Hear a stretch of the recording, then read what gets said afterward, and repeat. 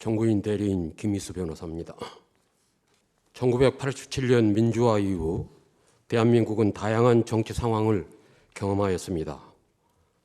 과거 권위주의 정부에서는 가능하지 않았던 정권 교체도 이뤄냈습니다.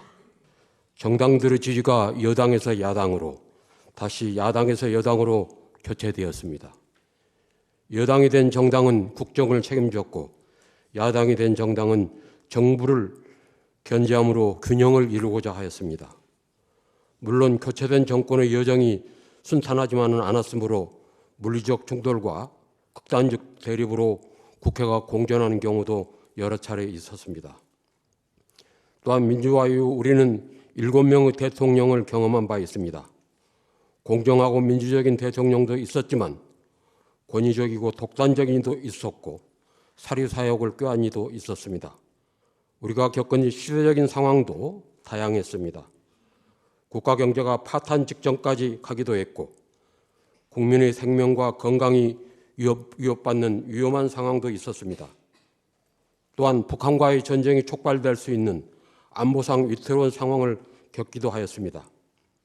하지만 분명하게 말씀드릴 수 있는 것은 민주화 이후 어느 대통령도 아무리 어려운 상황에 있었을지라도 자신의 약점을 돌파하기 위해 비상계엄을 선포하지는 않았습니다.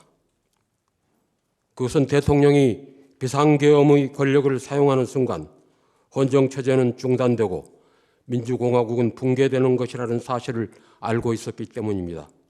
영원히 성공하는 것이 불가능할 뿐만 아니라 성공하더라도 오히려 더 큰 문제, 즉 더 큰 권력의 탐욕으로 이어지고 역사적 죄악으로 끌려 들어가는 통로라는 것을 잘 알고 있었기 때문입니다. 피청구인이 저지른 비상계엄 선포는 어떤 대통령도 꿈꾸지 않았던 바로 그 금단의 행위, 최악의 헌정 파괴 행위입니다. 한 걸음 더 나아가 피청구인은 비상계엄에 대한 유일한 통제장치인 국회의 계엄 해제 요구를 무력화하기 위해 국회를 봉쇄하고 침범하였습니다. 또한 어떠한 근거도 없는 부정선거 의혹을 주장하며 병력을 동원하여 헌법기관인 중앙선거관리위원회를 침입하였습니다. 대통령은 국민으로부터 직접 신임을 부여받은 국정의 최고 책임자이며 최고의 권력기관입니다. 그렇게 그에게는 가장 위험한 권력인 군 통수권과 계엄 선포권이 부여되어 있습니다.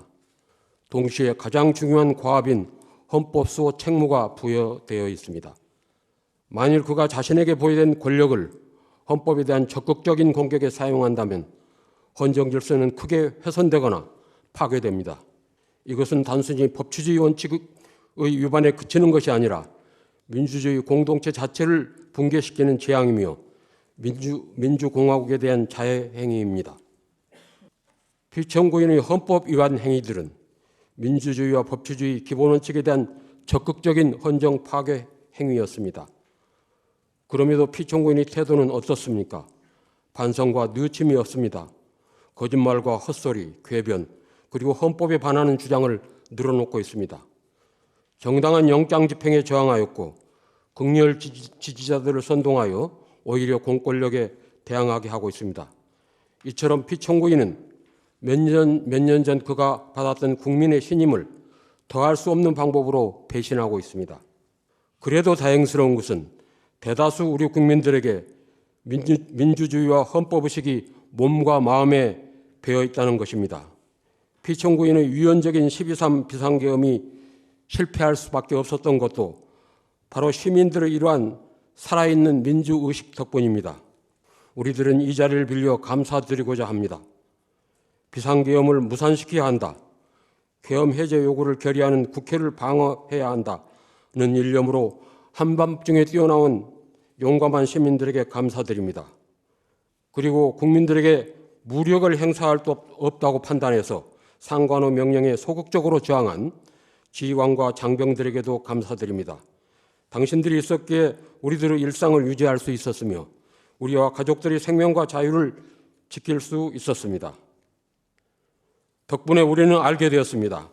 우리들이 만들어낸 민주주의는 무모하고 무도한 대통령 한 사람이 뒤집을 수 있는 대상이 아니라는 것을, 그리고 대한민국에서 민주주의와 헌법, 그리고 자유와 기본권은 단지 법이나 제도가 아니라 국민 모두가 내면화한 가치이며 양심이 되었다는 것을 말입니다. 피청구인을 지지하는 세력들은 헌법을 부정하고 민주주의와 법치주의를 조롱하고 있습니다. 법원과 헌법재판소 파괴를 선동하고 있습니다. 이 파괴를 선동하는 세력들이 인터넷과 광장을 어지럽히고 있습니다. 시끄러운 굉음으로 공동체의 신뢰와 가치를 혼란에 빠뜨리고 있습니다. 비상계엄 선포로 대한민국 공동체가 입은 상처는 깊고 위중합니다. 공고화된 민주국가 시민으로서의 자긍심에 큰 손상을 입었습니다. 추락한 경제는 정치적 불안에 위기감을 더하고 있습니다. 대통령 탄핵을 둘러싸고 정치적 양극화는 더 심화되었습니다. 또한 군 전체에 수치스러운 트라우마를 남겼습니다. 국민들은 그 상처의 치유를 원하며 민주주의와 헌정 질서의 온전한 복원을 갈망하고 있습니다. 우리는 자신감과 용기를 가져야 합니다. 대한민국의 법치와 민주주의 시스템에 대한 의연한 신뢰를 가져야 합니다. 거스를 수 없는 국민들의 보편적인 합의로 민주주의와 법치주의를 완성하기 위해서는 많은 시간과 노력이 필요할 수도 있습니다. 우선 가장 중요한 일부터 한 걸음씩 해결해 가야 합니다. 그 첫 번째 과제는 바로 이 사건 탄핵 심판에서 공정하고 정의로운 결정이 내려지는 것입니다. 바로 대통령에 대한 파면 결정입니다.